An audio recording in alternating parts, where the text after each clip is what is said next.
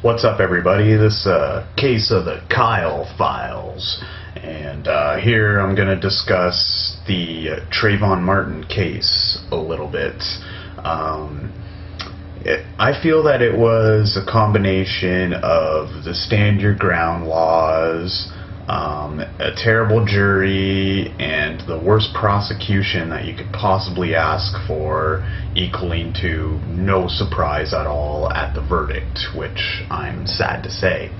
It's mainly the unbalanced interpretation of the stand your ground law ushered into places like Florida with the help of NRA propaganda that's to blame here. There's no amount of justice to justify the untimely taking of any life, and if you're poor and you find yourself living in a state that heavily defends these stand your ground rights, then it's unfortunate circumstances that you find yourself in, and these cases are probably going to keep surfacing. That's a price you pay for freedom, apparently, at least the American definition of which, where you have the freedom to get away with murder if you have enough power. Now, I know that the verdict was, legally speaking, correct. I hated it, though. Trayvon's legal representation was pitiful. One dead boy and no jail time does not add up to me. Even if Trayvon started the scrapping first, he's being fucking followed by some retarded, power-tripping, neighborhood watch wannabe sheriff loser. If Zimmerman never followed him, this would have never happened. Zimmerman was armed, had Trayvon outweighed, and presumably could have held his own in a fight sufficiently enough to injure him, then proceed to get Trayvon the help he needs after he had injured him. The problem that I have is that I can see the circumstance playing out 100 different ways that didn't end up with a dead boy as a result. Now, that being said, it's one case among many. Trayvon wasn't the only victim of the stand your ground laws. There was no justice for Daniel Atkins or Jordan Russell Davis or Kelly Danaher either. Remember the trigger-happy guy in Florida who essentially killed someone for playing his music too loud? He egged him on until the point where the other guy charged, and BAM! One dead teacher. Or the guy at Taco Bell who was killed under the same pretense. A guy egged him on until the point where he charged, and then BAM! Another dead guy.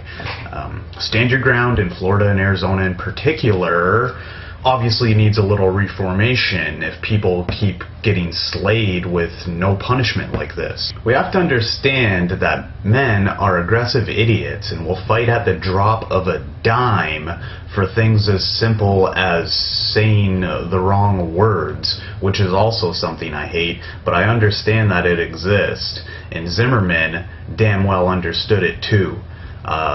Zimmerman could have stayed in the car, acquired the information that he needed from Trayvon without starting an altercation.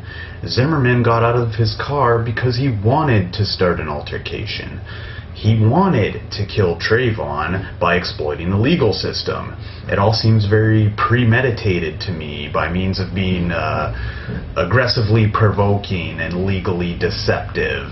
To me, this case is just dripping with O.J. Anthony juice. Now, Facebook and Twitter have been getting lit the fuck up with this topic lately, and I find a lot of people bringing up the O.J. case as if, like, okay, you know, the blacks got away with O.J., and now, you know, the whites got away with Zimmerman, and, like, that's supposed to be fucking fair. Like that's justice.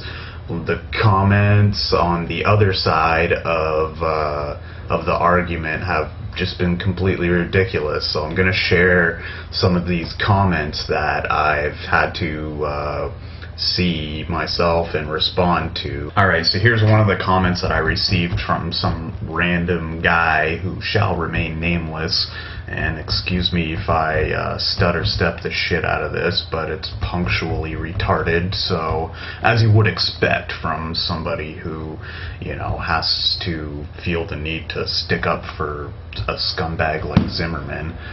Okay, So here's what random dude says. We weren't there, obviously. The evidence wasn't sufficient enough to provide reasonable doubt. However, those of you criticizing Zimmerman, you don't know if he saved the life or lives of innocent people by stopping Martin. You were neither there or in the courtroom, so don't judge. Okay, who wasn't in the courtroom?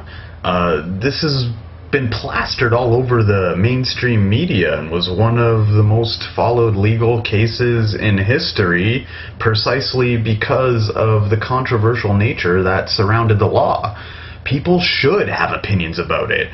Personally, I hate having law decided by 6 random citizens who are probably more concerned with getting home so they don't miss any of the Kim Kardashian baby bonanza than they care about justice. The other arguments that came my way were basically just reiterating the same points, like you weren't there in the jury or in the courtroom, so you can't have an opinion on this because you didn't have all the evidence come your way, which is fucking stupid because we've all been paying attention to the trials since the incident happened. And I honestly don't get this line of thinking by people. Oh, so I understand now. Anybody who's not an astrophysicist from now on isn't allowed to have an opinion that the Big Bang is a fact. By, your logic, if you're not in the courtroom and you're not able to absorb all the evidence and you're not able to see all the math that transpired, then you're not able to have an opinion. So by that same logic, then you're not allowed to tell me the Big Bang isn't real if you're not an astrophysicist. Also, anyone without a poli-sci major shouldn't be allowed to vote. It's my fault for questioning anything, sorry. Opinions are for sheep, everybody. I apologize, oh great establishment, and all the wonderful work that you have done for common people. God, are these the type of great thinkers that our universities are creating? If so, I'd rather wash dishes for the rest of my life than have a washed brain. Countries are supposed to be run by the people and for the people. If we're all complacent and fail to have opinions and to save our comments for the judges and juries, and much worse, God, to decide, then there's no hope for our species evolving to ever be in control of our government, and we're just gonna keep being the ones being controlled by the government. I thought that passive fascism went out of style sometime around 1939. My bad. You guys gotta start keeping me up to date on all these latest retro comebacks.